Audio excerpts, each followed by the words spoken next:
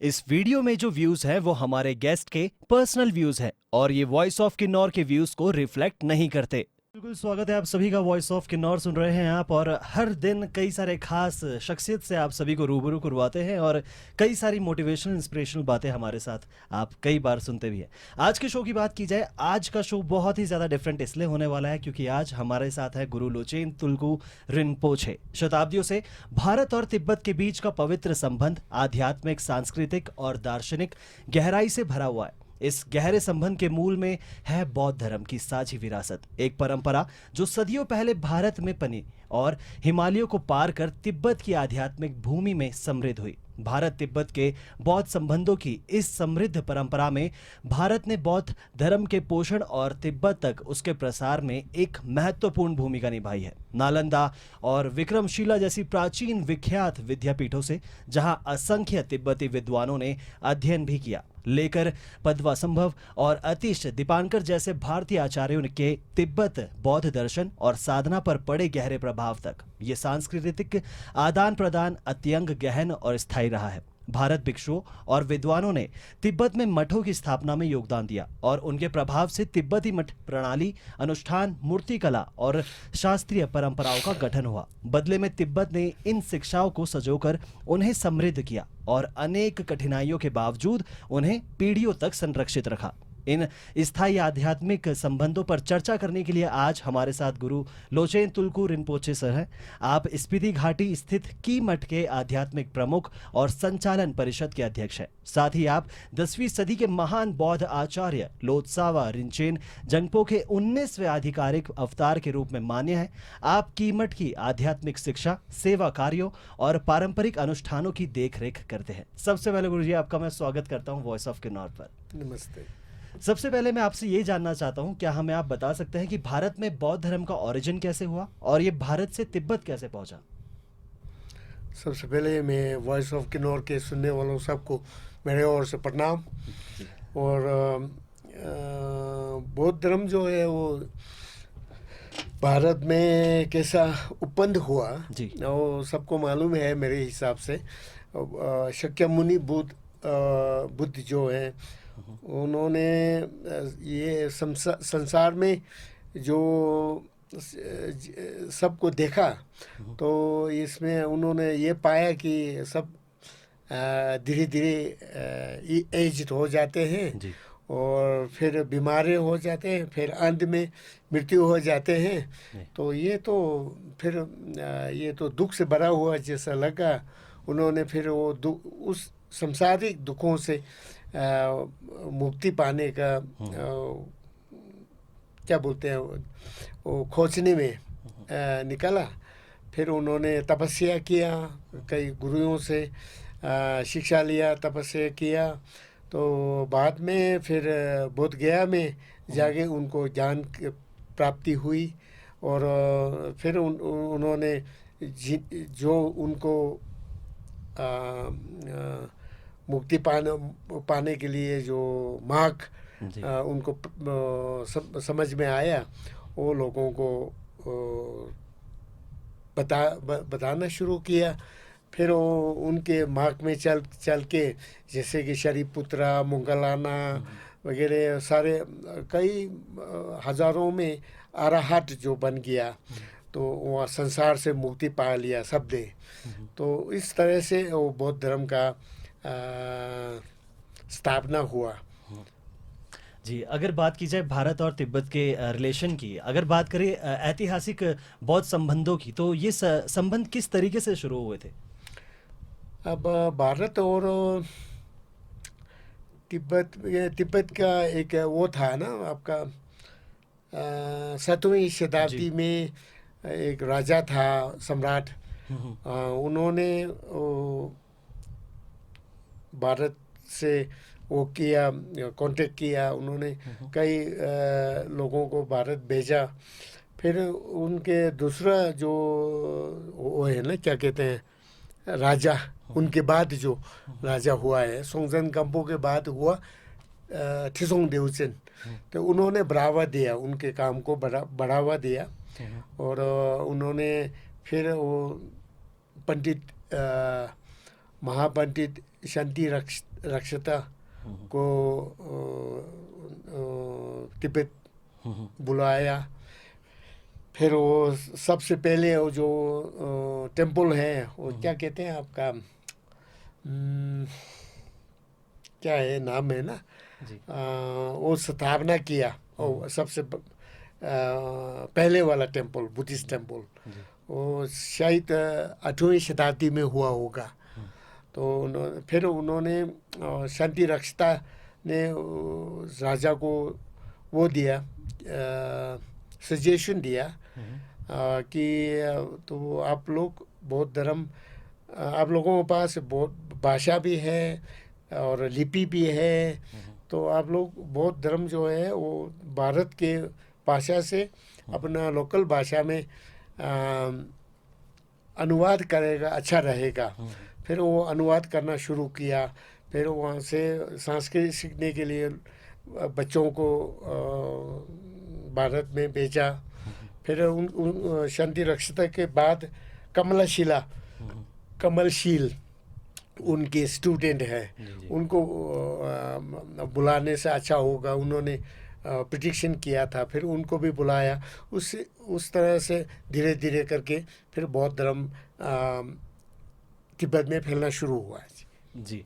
अगर बात की जाए 1959 की, तो 1959 से पहले किस तरीके से इंडिया तिब्बत के बीच बिजनेस या फिर तीर्थ यात्रा या फिर मोनेस्टिक आदान प्रदान हुआ करता था? अब 1959 पहले तो जैसे कि 1959 100 साल पहले, शायद 200 साल पहले, 300 साल पहले इधर आना जाना होता था। तो हमारे हिमालयन से जितना भी, जैसे लद्दाख है, ज़ांस्कर है, स्पीति है, किन्नौर है, हम सब बौद्ध धर्म अध्ययन करने के लिए तिब्बत जाते थे। तो उसमें जाने के लिए काफ़ी समय लगता था, महीना लगता था, पैदल जाना पड़ता था। फिर वहाँ जाके फिर वहाँ से विभिन्न क्या कहना चाहिए, शिक्षा केंद्र जो है ना, बौद्ध धर्म के शिक्षा केंद्र जो है, मठ जो है, वहाँ जाके 20 साल 30 साल अध्ययन करते थे। फिर कई लोग तो वहीं बैठ के वहीं विद्वान बन गया, तो वहीं वो करते थे, क्या बोलते हैं, टीचिंग देते थे उन तिब्बतों लोगों को, वहाँ का प्रोफेसर बन जाते हैं ना जी। फिर कई लोग वापस आ गए यहाँ, जैसे बड़ा बड़ा मठ लद्दाख में है, स्पीति में है, वहाँ भी उनको प्रचार करते हैं। तो इस तरह से बौद्ध धर्म का यहाँ जितना हिमालय बौद्ध धर्म है वो सब टिबेटन बुद्धिस्ट है, टिबेटन बुद्धिज़्म है। तो जैसे श्रीलंका में बुद्धिस्ट है, और कई देशों में बुद्धिज़्म है, बर्मा में है और जापान में हर जगह है। लेकिन जो इंडियन हिमालय रीजन में जितना बुद्धिस्ट है वो सब टिबेटन बुद्धिज़्म है जी। तो ये वहाँ जाके सीखते थे, फिर यहाँ आके यहाँ के लोगों को सिखाते थे। फिर ये बॉर्डर एरिया जो है वो हमारा खुला होता था, कोई वो नहीं होता था। तो यहाँ से इधर व्यापारी लोग यहाँ से बॉर्डर पे जाते थे। तो ये बैल बकरे क्या बोलते हैं, भेड़ बकरियाँ लेके जाते थे। और हमारे उसमें भी ज़माने में भी लोग व्यापार करते थे। कई लोग तो यहाँ से दिल्ली जाते थे बोला, फिर वो सरदार बाज़ार जाते थे बोला। सरदार बाज़ार से वो सुई ला के और धागा लेके छोटे छोटे चीज़ें लेके जाते थे वहाँ। और तिब्बत में बहुत पसंद करते थे, क्योंकि वहाँ होता नहीं था। तो यहाँ तो शायद उनका नाफा भी तो शायद 5 टाइम्स होता था। $1 रुपये का सुई लेके बेचेंगे, वहाँ 5 रुपये ले लेते हैं। इस तरह से व्यापार होते हैं। तो वहाँ से ऊन वगैरह फिर क्या लाते होंगे, तो खास करके वो धर्म के जो है वो वहाँ से लाया है। ओके। अगर बात की जाए कल्चर और ट्रेडिशन की, तो तिब्बत ने ऐसे कौन कौन से इंडिया के ट्रेडिशन और परंपरा यानी कि ट्रेडिशन और कल्चर अडॉप्ट करे? और ट्रेडिशन बुद्धिस्ट कल्चर तो जी। भारत से ही गया है, लेकिन बुद्धिज़्म जो है वो भारत से तिब्बत गया है। तो उसमें जैसे कि अब ज़्यादातर बुद्धिज़्म जो है वो संस्कृत से ट्रांसलेट हुआ है, अनुवाद हुआ है। तो हमारे जितना भी वो पोथियाँ होते हैं, सबसे पहले वहाँ संस्कृत का वो टाइटल होता है। तो उसका मतलब ये है कि ये इंडिया से आया है। जी। तो इंडिया से आया है तो क्या है कि ये ओरिजिनल है, कोई इसमें मिलावट नहीं है, उसमें कोई वो नहीं है। ये टू रिप्रेजेंट दैट, तो सबसे पहले वो टाइटल जो है वो संस्कृत में लिखता है, उसके बाद वो अनुवाद जो किया है वो अपना तिब्बतन लैंग्वेज में होता है। और बाकी जो कल्चर जो है वो अपना अपना लोकल कल्चर के साथ शेप होते जाते हैं, क्योंकि धर्म तो बहुत धर्म है। जो बुद्ध शाक्यमुनि ने जो बताया है उसको आप चेंज नहीं कर सकते हैं। जो उन्होंने सूत्र में बताया है तो उसको कोई भी चेंज नहीं कर सकता। अगर आप चेंज करेगा वो रहेगा नहीं बुद्धिज़्म। जी। हाँ, वो कुछ और ही बन जाएंगे ना। बिल्कुल बिल्कुल। हाँ, लेकिन उसका ढंग जो है ना, जैसे कि करने का जैसे क्या कहते हैं आपका चांट करने का वे जो है ना, वो लोकल उसमें शेप होते जाते हैं। वो तो हर जगह में होता है। चाइना में गया बुद्धिज़्म तो चाइनीज़ उसमें प्रोनाउंसिएशन में भी फ़र्क पड़ता है। तो फिर जापान में गया, अपना जापानीज़ कल्चर का इन्फ्लुएंस, वो according to that it is shaped. ये कल्चर का और इंडिया भारत का कोई कल्चर बुद्धिज़्म के अलावा तो ये एस्ट्रोलॉजी में है, भारत से लिया है उन्होंने। एस्ट्रोलॉजी, एस्ट्रोनॉमी और मेडिसिनल भी शायद कुछ भारत से लिया है, कुछ कहीं और से लिया है, कुछ वहीं का स्थानीय पहले जो प्रैक्टिस करते होंगे उनसे हुआ है। वो सब मिक्स करके फिर एक टिबेटन मेडिकल सिस्टम बन गया है। ऐसा तो होता है जी। जी। हमें साथ में ये भी बताइए सर कि क्या आप कुछ ऐसे पॉपुलर बौद्ध आध्यात्मिक गुरुओं के नाम बता सकते हैं जिन्होंने भारत तिब्बत सीमा पार करके बौद्ध शिक्षा का प्रचार प्रसार किया? अब जैसे आपने शुरू में बताया, मेरे को भी एक तो जो मैंने बोला शंतरक्षिता सबसे पहले आया था। उसके बाद कमलशिला, वो भी नालंदा पंडित था। और उसके बाद फिर बीच में गैप हो गया था। फिर उसके बाद रिवाइव हुआ। तो फिर वो उस टाइम क्या कहते हैं आपको, दिपमकार श्री ज्ञान बोलते हैं ना, दिपमकार श्री ज्ञान अतिशा। अतिशा ने अतिशा को नालंदा से बहुत कठिन के साथ बुलवाया, क्योंकि नालंदा में ये बड़ा प्रोफेसर था। तो नालंदा वाइस चांसलर वगैरह इनको बेचना नहीं चाहते थे। तो फिर वो तिब्बतन राजा जो थे, वो कुगे राजा जो है, वो यहाँ से दूर नहीं है, वो नज़दीक में है। और राजा ने बहुत मेहनत किया, उसका स्टोरी बहुत लंबा चौड़ा है। तो उन्होंने बहुत मेहनत किया, खर्चा बहुत किया। वो क्या कहते हैं आपका सोने का बहुत खर्चा करके फिर फाइनली 3 साल के लिए उनको वो मिला था अनुमति तिब्बत जाने के लिए। तो अतिशा जी आए, तो अतिशा ने बहुत बुद्धिज़्म को बहुत वो किया, प्रमोट किया, क्या कहना चाहिए आपका, रिवाइव किया। हाँ जी। तो अतिशा के बाद और भी पंडिता कई लोग आए थे, मुझे नाम याद नहीं आ रहे हैं। तो फिर बाकी फिर वहाँ का अपना जो विद्वान जो है वो बनना शुरू हो गया। बहुत सारे विद्वान, बहुत लाइक ये क्या कहते हैं आपका मरपा लोचावा है, मरपा लोचावा है, वो तो नारोपा से तेलोपा से वो लीनेज रखते थे। मिलारेपा था, फिर वो साक्या पंचिता था, फिर चोंखापा जे चोंखापा था। तो अपना वहाँ बहुत सारे विद्वान जी। बन गए थे और वहाँ बुद्धिस्ट जो है ना बहुत फ्लोरिश हो गया था। इसी के साथ किन किन प्रतिष्ठित मठों की स्थापना तिब्बत में इंडियन स्पिरिचुअल लीडर्स द्वारा की गई थी? वो ज़्यादा मुझे मालूम नहीं है। एक तो वो सबसे पहले वाला जो संता रक्षिता है ना, जी। वो क्या कहते हैं, उसका नाम याद नहीं आ रहा था ना, क्या था वो, समय समय। समय समय मठ जो है ना, वो सबसे पहले वो 7th सेंचुरी में 8th सेंचुरी में शायद 7 और 8th सेंचुरी में वो इस्टेब्लिश हुआ था। वो बहुत बड़ा था। उसका वो सारे संत रक्षिता के उसमें क्या कहते हैं आपका देखभाल में और उनकी advice according to his advice वो बनाया था।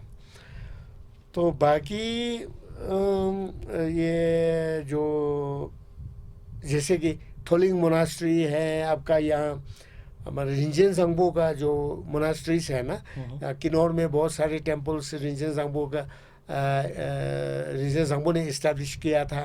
फिर यहाँ स्पीति में ताबो मोनास्ट्री वगैरह, लालुंग वगैरह, फिर लद्दाख में अलची वगैरह, बहुत सारे ये सब रिंजेन जंगबो के टाइम में हुआ था। लेकिन उनका जो जितना टेम्पल है, अंदर मूर्तियाँ जितना है और वॉल पेंटिंग्स जितना है, वो सब जो है वो कश्मीरी आर्ट का वो था। वो तो जो आर्टिस्ट जितना भी है वो भारत से लाया था, कश्मीर आर्ट्स। तो उसके बाद फिर वो तिब्बत में अपना आर्ट्स डेवलप हो गया। तो अब अभी देख सकते हैं जो प्रेजेंट आर्ट स्टाइल है और रिंजेन जंगबो आर्ट स्टाइल में काफ़ी अंतर आपको स्टाइल में देखने को मिलेगा। तो बाकी क्या क्या इस्टेब्लिश हुआ मुझे बहुत ज़्यादा मालूम नहीं है जी। कोई चलिए, प्रेजेंट टाइम की अगर बात करें तो Buddhist spiritual leaders India Tibet संबंधों को कैसे जीवित रखते हैं, चाहे वो अगर टीचिंग का थ्रू हो या फिर अगर वो हो सेवा करके? इंडिया तिब्बत का रिलेशन जो है और टीचिंग के थ्रू ही हमारा रिलेशन जो है वो बंधे हुए हैं। और सेवा में तो अब ज़्यादा वो टिबेटन जितना स्कॉलर्स हैं, जो भी हमारे देश में अभी हमारा गेस्ट है परम पावन दलाई लामा जी के नेतृत्व में ये टिबेटन क्या कहना चाहिए लोग बैठते हैं यहाँ। लेकिन वो सब रिफ्यूजी है। हमने गवर्नमेंट ऑफ इंडिया ने 1959 से वो पॉलिटिकल सलम क्या बोलते हैं वो दिया है ना जी।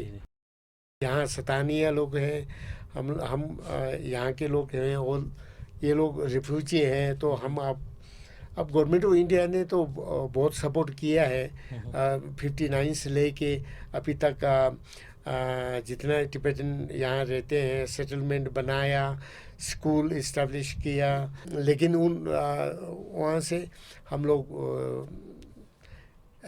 सिर्फ वो जैसे कि हमारे जितना स्टूडेंट्स हैं लद्दाख से लेके अरुणाचल सिक्किम गंगटोक सब इनके मठों में स्टडी करते हैं, वो भी फ्री करते हैं। ये एक उनकी सेवा कनेक्शन है। तो मेनली तो एजुकेशन जो है ना वो जो टीचिंग के द्वारा वही है। लेकिन हम अब ज़्यादातर हिमालयन रीजन से जितना स्टूडेंट बुद्धिस्ट अध्ययन करना चाहते बुद्धिज़्म अध्ययन करना चाहते हैं वो सब ये विभिन्न मठों में अध्ययन करते हैं, अभी भी करते हैं। और आजकल तो बिहार से भी कई लोग वहाँ अध्ययन करते हैं, यूपी से भी कई लोग कुछ लोग आए हुए हैं और नॉर्थ ईस्ट से अरुणाचल प्रदेश और सिक्किम गंगटोक दार्जिलिंग छोड़ के भी कई लोग वहाँ अध्ययन करना आते हैं। तो ऐसा है जी। लास्टली इंडिया तिब्बत के संबंधों के बारे में एक मैसेज आपसे मैं चाहूँगा उन लोगों के लिए जो इस टाइम पर हमें देख या फिर सुन रहे हैं। तिब्बत के रिलेशन तो अच्छा ही रहा है जी। और भी अच्छा रहेगा, इसमें कोई दिक्कत नहीं है। परम पावन दलाई लामा जी हर समय यही कहते हैं कि भारत जो है हमारा गुरु है, जी।